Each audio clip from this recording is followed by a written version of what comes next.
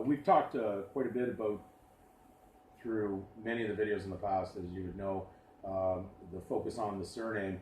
That's only really part of the message of understanding regarding being attached to the system. That's just you'd have to have a tag surname in order to be a member of legal satanic society anyway. So, but the key thing is who's running all this? Well, we've got the unholy Roman Catholic Church and their popish Caesar, who's still in charge of his own little sovereignty there under the synagogue of Satan. But the key thing when we look at what is stated by them, they're not hiding anything, and that's the interesting thing.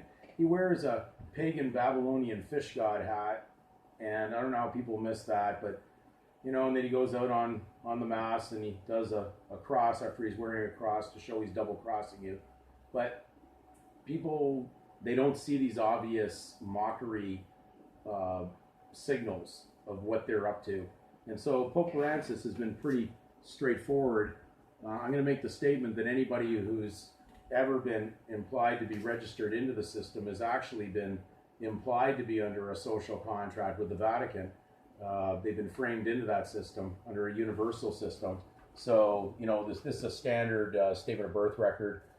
This one's out of Ontario. We even like to abbreviate the postal code for Ontario now and make it definitely Babylonian, pagan, under the city of On, because ON stands for the head office of where Babylonian pagan worship and Baal worship was done. So definitely, if people are saying they're very proud to be Canadians and then they're acting as Christians, they should really think twice. So the Vatican, though, using this framework, as you see a frame, he basically is obviously stated the fact that this is the formula they're using, though he maybe didn't come out in a direct way as most people would think. So I'm reading out of the Pope Francis General Audience at St. Peter's Square, Wednesday, June 25th, 2014. And this is basically the printed out transcript from their Vatican website. And it says, he quotes, Pope Francis says, "We are not isolated, and we are not Christians on an individual basis. Each one of us, each one on his or her own. No, our Christian identity is to belong.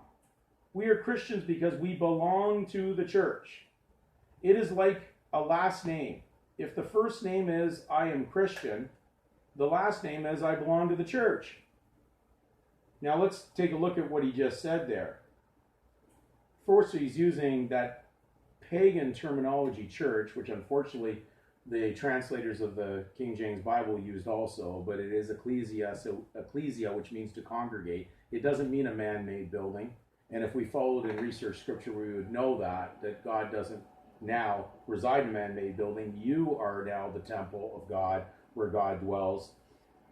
So this is definitely erroneous, and he quotes it twice. So he says it is like a last name. If the first name is I am Christian, the last name is I belong to the church.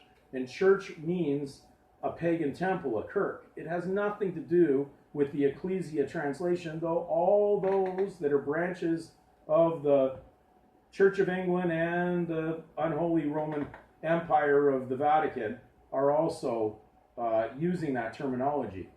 So you'd be hard-pressed to find any Christian religious organization that's not using that terminology for their building or referring to it as such.